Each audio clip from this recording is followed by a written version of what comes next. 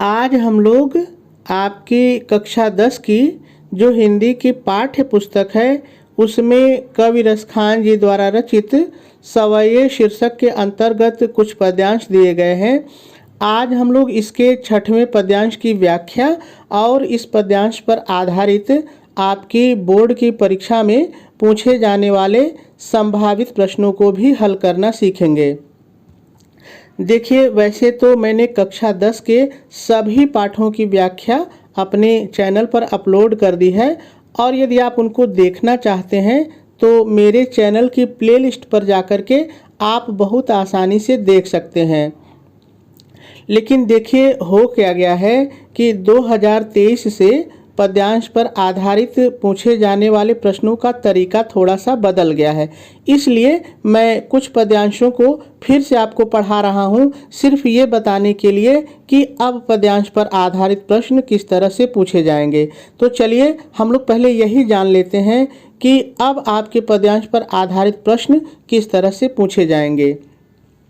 तो देखिए, पहले क्या होता था कि पहले इस तरह से आपके पेपर में 2 पद्यांश दे दिए जाते थे और आपसे कहा जाता था कि प्रस्तुत पद्यांश का संदर्भ, प्रसंग, व्याख्या और काव्य सौंदर्य लिखिए। ठीक है, लेकिन अब 2023 से क्या हो गया है कि चीज़ें तो वही है लेकिन पूछने का तरीका बदल गया है।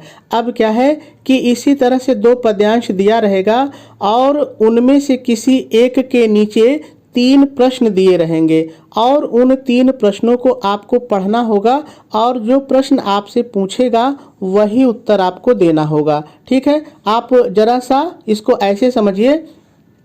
देखिए, यहाँ पर पद्यांश दे दिया गया है, अब इसके नीचे देखिए। अब देखिए, यहाँ पर 3 प्रश्न दिया हुआ है। ठीक है, यहाँ पर मैंने 4 प्रश्न आपको समझाने के लिए लिया है, लेकिन आपकी परीक्षा में 3 ही प्रश्न रहेगा, 3 से ज़्यादा नहीं रहेगा। ठीक है, ये 4 मैंने समझाने के लिए लिया है और एक प्रश्न 2 नंबर का रहेगा। तो कुल मिलाकर के जो पहला प्रश्न पद्यांश पर आधारित होगा वो 6 नंबर का होगा, आपको ध्यान रखना है। ठीक है, लेकिन इतना ज़रूर है कि ये जो सारे पद्यांश आपके पेपर में दिए रहेंगे ये संदर्भ, प्रसंग, व्याख्या और काव्य सौंदर्य पर ही आधारित होंगे, अलग से नहीं होंगे। बस इनके पूछने का तरीका बदल गया है। पहले सीधे सीधे कहता था कि संदर्भ, प्रसंग, व्याख्या और काव्य सौंदर्य लिखिए, अब थोड़ा सा इसको पूछने का तरीका बदल दिया है उसने। ठीक है, बस यही है, बाकी कुछ नहीं है। तो चलिए सबसे पहले हम लोग इसकी व्याख्या को सीखते हैं, फिर इस पर जो प्रश्न बने हैं उनको भी हल करना सीखेंगे। तो देखिए, आपको पता है कि जब भी मैं किसी पद्यांश की व्याख्या आपको बताता हूं तो सबसे पहले उस पद्यांश में जितने भी शब्द आए होते हैं उन सभी शब्दों का पहले आपको सरल अर्थ बताता हूं, उसके बाद हम लोग व्याख्या करते हैं। तो चलिए सबसे पहले हम लोग इस पद्यांश में भी जितने शब्द आए हैं पहले इन सभी शब्दों का सरल अर्थ देखते हैं, फिर हम लोग इसकी व्याख्या करते हैं और इस पर आधारित प्रश्नों को हल करना सीखते हैं। तो है मोर पखा। देखिए, मोर पखा का मतलब मोर के पंख से बना हुआ मुकुट, मोर के पंख से बना हुआ मुकुट। ठीक है, सिर ऊपर, सिर ऊपर मतलब सिर के ऊपर, सिर के ऊपर। राखी हो मतलब रखूंगी, राखी हो मतलब रखूंगी, पहनूंगी या धारण करूंगी, जो आपको अच्छा लगे कोई एक ले लीजिए। ठीक है, गुंज। देखिए, गुंज एक प्रकार का जंगल में पाया जाने वाला मोतियों के समान फल होता है। गुंज की एक झाड़ी होती है, उसमें छोटे छोटे लाल काले मोतियों की तरह फल लगते हैं, तो वही गुंज है। ठीक है, गुंज की माल मतलब गुंज की बनी हुई माला, गुंज की बनी हुई माला।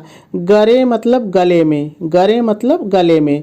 पहनूंगी मतलब पहनूंगी, पहनूंगी मतलब पहनूंगी। ठीक है, ओढ़ी मतलब ओढ़कर, ओढ़ी मतलब ओढ़कर। क्या ओढ़कर? पीतंबर, पीतंबर माने पीला वस्त्र, पीतंबर माने पीला वस्त्र जो श्री कृष्ण ओढ़ते थे, पहनते थे। ठीक है, लय मतलब लेकर, लय मतलब लेकर। क्या लेकर? लकुटी, लाठी, लकुटी माने लाठी।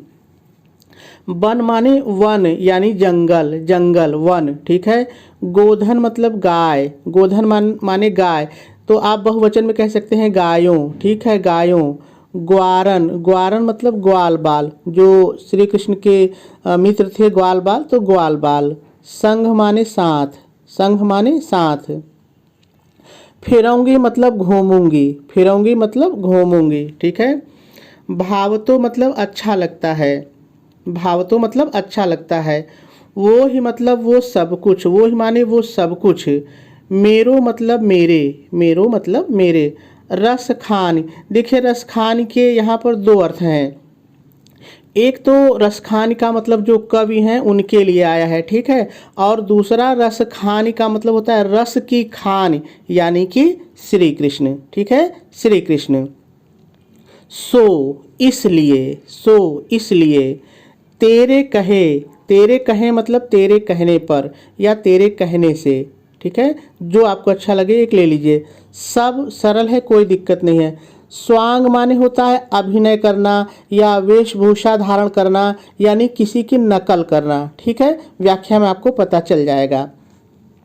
कराऊंगी मतलब करूंगी, कराऊंगी मतलब करूंगी, ठीक है। या मतलब उस, या माने उस। मुरली मतलब बांसुरी, मुरली माने बांसुरी। मुरलीधर मतलब श्री कृष्ण, मुरलीधर माने श्री कृष्ण की, सरल है ऐसे ही रहेगा। अधरान मतलब होठों पर, अधरान मतलब होठों पर।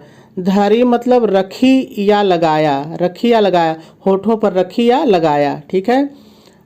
अधरा, अधरा मतलब होठ, यहाँ पर भी अधरा मतलब होठ। न मतलब नहीं, न मतलब नहीं। धरूंगी मतलब धरूंगी या लगाऊंगी, धरूंगी या लगाऊंगी, ठीक है। तो सभी शब्दों का सरल अर्थ हो गया। अब हम लोगों को इसकी व्याख्या करनी है। तो देखिए एक बार मैं आपको इसकी व्याख्या साधारण तरीके से बताऊंगा, आप हमारी बात को समझिए। देखिए एक बार मैं लाइन पढ़ता जाऊंगा और एक एक लाइन से आपकी व्याख्या बताता जाऊंगा, ठीक है।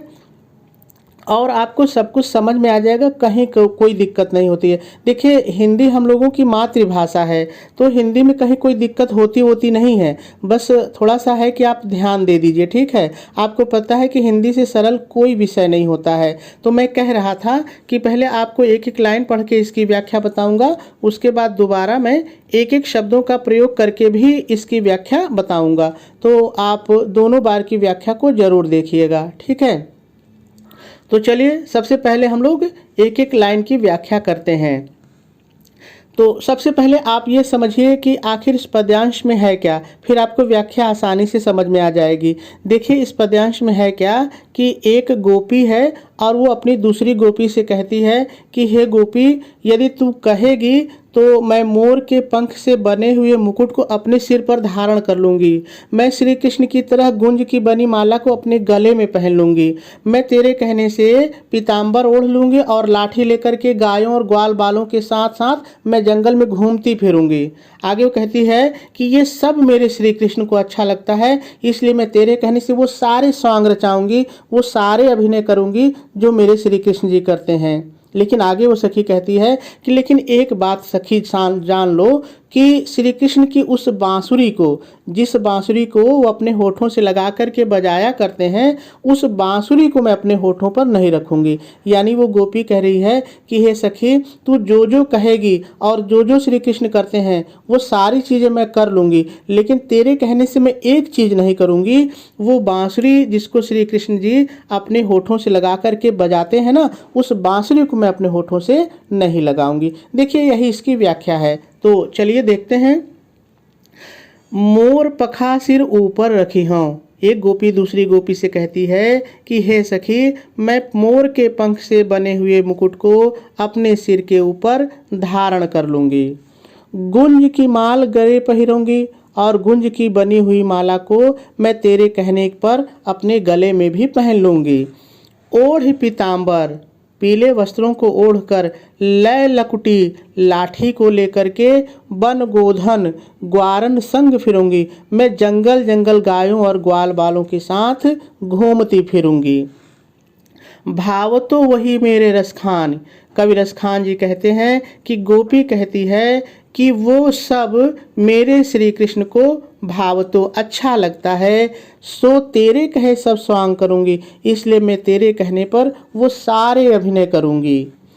या मुरली मुरलीधर की, लेकिन उस श्री कृष्ण की बांसुरी को अधरान धरी, जिसको उन्होंने अपने होठों पर रखा है, अपने होठों से लगाया है, अधरान धरूंगी, मैं उसे कभी भी अपने होठों पर नहीं रखूंगी, मैं कभी भी उसे अपने होठों पर नहीं लगाऊंगी। ठीक है, कारण क्या है कि गोपियां उस बांसुरी को अपनी सौतन समझती हैं। ठीक है, देखिए यही इसकी व्याख्या है, बहुत ही सरल है।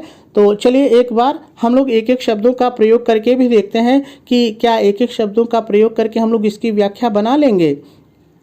तो देखिए सबसे पहले आप व्याख्या हेडिंग डालेंगे, डैश डालेंगे और डैश डाल करके शुरू में पहले थोड़ा सा आपको अपनी तरफ से जोड़ के लिखना पड़ेगा। आप अपनी तरफ से क्या जोड़ करके लिखेंगे, ध्यान से सुनिए। प्रस्तुत पद्यांश में एक गोपी दूसरी गोपी से कहती है कि हे सखी तेरे कहने पर, अब आ जाइए पद्यांश पर। तेरे कहने पर मोर के पंख से बने हुए मुकुट को अपने सिर के ऊपर धारण कर लूंगी और गुंज की बनी हुई माला को अपने गले में पहन लूंगी। पीले वस्त्रों को ओढ़ करके लाठी लेकर के ग्वाल बालों और गायों के साथ जंगल जंगल घूमती फिरूंगी। कबीरस खान जी कहते हैं कि आगे गोपी कहती है कि वो सब मेरे श्री कृष्ण को अच्छा लगता है, इसलिए मैं तेरे कहने पर वो सारे अभिनय करूंगी। लेकिन हे सखी, उस श्री कृष्ण की बांसुरी को जिसको उन्होंने अपने होठों पर धरा है, अर्थात अपने होठों से लगाया है, मैं उस बांसुरी को कभी भी अपने होठों पर धारण नहीं करूंगी, क्योंकि आपको थोड़ा सा लिखना है, क्योंकि गोपियां उस बांसुरी को अपनी सौतन समझती हैं। पूर्ण विराम लगा देंगे और आपकी व्याख्या पूरी हो जाएगी। ठीक है, अब चलिए हम लोग थोड़ा सा इसका काव्य सौंदर्य देख लेते हैं, उसके बाद प्रश्नों को हल करते हैं। देखिए किसी भी पद्यांश को पढ़िए जब आप, तो उसके काव्य सौंदर्य को जरूर से तैयार कर लीजिएगा। ठीक है, तो चलिए देखते हैं पहले काव्य सौंदर्य। तो देखिए यहाँ पर यदि हम लोग रस की बात करें तो इस पद्यांश में श्रृंगार रस है। ठीक है, छंद इसमें सवैये है, इसी शीर्षक से ये पद्यांश ही दिया हुआ है। ठीक है, यदि अलंकार की बात करें तो इसमें अनुप्रास, यमक और श्लेष, ये तीन मुख्य अलंकार हैं। देखिए अलंकार से अलग से भी प्रश्न पूछेगा, हमारी बात को ध्यान से सुनिएगा। यदि प्रश्न पूछे कि काव्य सौंदर्य लिखिए या काव्यगत सौंदर्य बताइए, तब ये सारी चीज़ें आपको लिखनी पड़ेंगी, पूरी चीज़ें लिखनी पड़ेंगी। ठीक है, लेकिन यदि प्रश्न कहता है कि आप अलंकार को लिखिए, तब आप केवल अलंकार लिखेंगे, तब सब कुछ नहीं लिखेंगे, केवल अलंकार लिखेंगे। ठीक है, ये ध्यान आपको देना है। तो चलिए मैं आपको बता दूं कि अनुप्रास, यमक और श्लेष कहाँ पर है, ताकि आपको भूले ना। तो देखिए सबसे पहले आप अनुप्रास को पहचानना सीखिए, क्योंकि लगभग सारे पद्यांशों में अनुप्रास आता है। अब देखिए यहाँ पर है लय लकुटी, तो देखिए यहाँ पे ल वर्ण आया है और यहाँ पर भी ल वर्ण आया है। तो जहाँ पर एक वर्ण एक से अधिक बार आता है वहाँ पे अनुप्रास अलंकार होता है। ठीक है, अब देखिए यहाँ पर गोधन ग्वारन में ग और ग वर्ण की पुनरावृत्ति हुई है, तो अनुप्रास अलंकार है। समझ रहे हैं ना। अब यहाँ पर देखिए मुरली मुरलीधर, म और म वर्ण की पुनरावृत्ति हुई है। तो मेरे कहने का मतलब है इस तरह से आप अनुप्रास अलंकार को पहचानना सीखिए। तो अनुप्रास अलंकार हो गया। अब दूसरा था श्लेष। तो देखिए यहाँ पे रसखान शब्द आया है, इसके दो अर्थ हैं। एक तो देखिए कवि के लिए रसखान आया है, तो एक शब्द कवि के लिए रसखान आया है और दूसरा रसखान का मतलब श्री कृष्ण के लिए आया है रस की खान। तो यहाँ पर हमको श्लेष अलंकार दिखाई पड़ रहा है। आपको पता है कि श्लेष अलंकार वहाँ पर होता है जहाँ पर कोई एक शब्द एक बार आया रहता है, लेकिन अलग अलग लोगों के लिए उसका अलग अर्थ होता है। ठीक है, तो श्लेष अलंकार है। यहाँ पे रसखान के लिए कवि है और श्री कृष्ण के लिए, और रसखान दूसरा श्री कृष्ण के लिए है। ठीक है, दूसरा हो गया। अब तीसरा है यमक अलंकार। जरा सा समझिए, देखिए यहाँ पर है मुरली, मुरलीधर। देखिए धर भले जुड़ा है लेकिन मुरली मिल रहा है ना, मुरली मुरली। तो देखिए एक मुरली का मतलब बांसुरी होता है, एक मुरली का मतलब बांसुरी, और यहाँ पे जो मुरलीधर है उसका मतलब है श्री कृष्ण। ठीक है, श्री कृष्ण। तो यहाँ पर आपको पता है कि यमक अलंकार वहाँ पर होता है जहाँ पर कोई एक शब्द एक से अधिक बार आया रहे और जितनी बार वो आया रहे उसके अलग अलग अर्थ हों। तो आप देख रहे हैं कि दोनों के अलग अलग अर्थ हैं। अब यहाँ पे देखिए अधरान, अधरान। ठीक है, यहाँ पे भी न भले अलग है लेकिन अधरान, अधरान शब्द आया है। तो यहाँ पर भी हमको अलंकार, यमक अलंकार दिखाई पड़ रहा है। ठीक है, तो ये अलंकार हो गया। चलिए आगे देखते हैं। यदि हम लोग भाषा की बात करें तो इस पद्यांश की भाषा ब्रज है। ठीक है, शैली इसकी मुक्तक है और गुण इसमें माधुर्य है। ये तो काव्य सौंदर्य हो गया। अब चलिए हम लोग इस पद्यांश पर आधारित पूछे जाने वाले प्रश्नों को हल करना सीखते हैं। तो देखिए पहला प्रश्न है, प्रस्तुत पद्यांश का संदर्भ लिखिए। ठीक है, तो चलिए हम लोग संदर्भ लिखते हैं। देखिए सबसे पहले आप करेंगे क्या कि प्रश्नोत्तर नंबर डालेंगे और बहुत ही स्पष्ट डालेंगे, और यदि आप ख वाला कर रहे हैं तो ख वाला करेंगे, अगर अथवा है तो ख का आप ख डालेंगे और बगल में अथवा भी लिख देंगे ताकि पता चल जाए कि आपने कौन सा पद्यांश हल किया है। ठीक है, तो सबसे पहले आप प्रश्नोत्तर नंबर डालेंगे, बीच में कम से कम 2 लाइन छोड़ेंगे, इसको एकदम सटा नहीं देंगे, और उसके बाद लिखेंगे। क्या लिखेंगे ध्यान से सुनिए। आप उत्तर डालेंगे। देखिए मैंने ये प्रश्न उतार लिया है जानबूझ करके, क्योंकि बार बार मुझे आपको दिखाने के लिए ऐसे ऊपर आना पड़ता ना, तो मैंने ये प्रश्न को फिर से इसीलिए उतार लिया। ठीक है, तो वही प्रश्न जो ऊपर था वही मैंने उतारा है। देखिए प्रस्तुत पद्यांश का संदर्भ लिखिए। तो आप उत्तर डालेंगे और संदर्भ डाल के लिखेंगे, प्रस्तुत पद्यांश हमारी पाठ्य पुस्तक हिंदी के काव्य खंड में संकलित सवये शीर्षक से अवतरित है। इसके रचयिता कवि रसखान जी हैं। यह पद्यांश उनके प्रसिद्ध ग्रंथ सुजान रसखान से लिया गया है। ठीक है, और आपका संदर्भ पूरा हो जाएगा। बस आपको थोड़ा सा ध्यान क्या देना है कि आपका संदर्भ अच्छा लगे, इसके लिए इन चीज़ों को आप काले रंग की पेन से लिख लेंगे। जो चीज़ मैंने लिखा है आप भी काले रंग की पेन से लिखेंगे, और इन सभी चीज़ों को सिंगल इन्वर्टेड कामा के अंदर लिखना है। देखिए मैंने सभी चीज़ों को सिंगल इन्वर्टेड कामा के अंदर ही लिखा है, तो ये थोड़ा सा आपको ध्यान देना है। ठीक है, चलिए आगे देखते हैं। देखिए दूसरा प्रश्न मैंने जो लिया है, ऊपर यही प्रश्न है लेकिन मैंने यहाँ भी लिख लिया है। तो प्रश्न है, रेखांकित अंश की व्याख्या कीजिए। इस प्रश्न को समझिए, बहुत ही जरूरी है। देखिए यहाँ पर कह रहा है कि रेखांकित अंश की व्याख्या कीजिए। तो देखिए यहाँ पर 2 तरह से प्रश्न आपसे पूछे जा सकते हैं। एक तो पूछा जा सकता है कि रेखांकित अंश की व्याख्या कीजिए, या वो कह सकता है कि पूरे पद्यांश की व्याख्या कीजिए। अगर रेखांकित शब्द नहीं आएगा तब आपको पूरे पद्यांश की व्याख्या करनी होगी, और यदि रेखांकित शब्द आ गया तो केवल उतनी ही व्याख्या करनी है जितनी की रेखा खींची गई हो।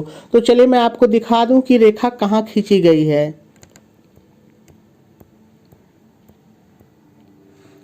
देखिए यहाँ पर ये 2 लाइन ऐसी है जहाँ पर रेखा खींची गई है। तो चूंकि 2 लाइन के नीचे रेखा खींची गई है और हम लोगों को रेखांकित अंश की व्याख्या करनी है, तो हम लोग केवल 2 लाइन की व्याख्या करेंगे। अगर रेखांकित शब्द न देता तब हमको पूरे पद्यांश की व्याख्या करनी पड़ती। ठीक है, तो चलिए रेखांकित अंश की व्याख्या करते हैं।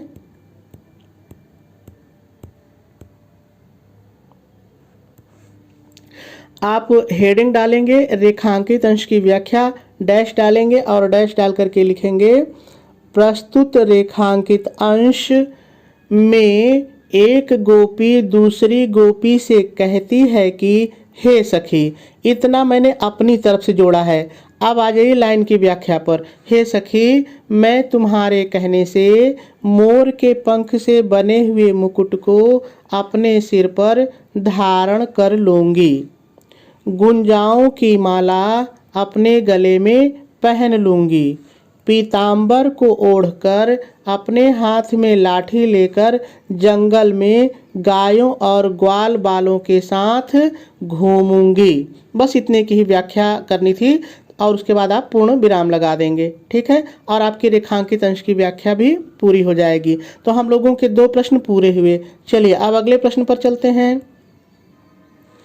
अगला प्रश्न कह रहा है मुरली किसकी सौत है। प्रश्न कह रहा है कि मुरली किसकी सौत है। तो बड़ी सीधी सी बात है, मैंने आपको बताया है कि मुरली गोपियों की सौत है, ठीक है, कुछ भी कठिन नहीं है। तो पूछा तो 3 ही प्रश्न जाएगा, लेकिन मैंने एक और ज़्यादा ले लिया है कि पता नहीं कौन सा प्रश्न पूछे तो एक आध ज़्यादा ही हल कर लिया जाए, लेकिन पूछेगा कोई 3 ही, ठीक है। तो चलिए अंतिम प्रश्न को पढ़िए। प्रस्तुत सवये में कौन सा अलंकार है। तो देखिए मैंने आपको बताया था कि प्रस्तुत सवये में अनुप्रास, यमक और श्लेष अलंकार है, ठीक है। तो मेरे ख्याल से आपको बात कुछ न कुछ तो जरूर समझ में आई होगी।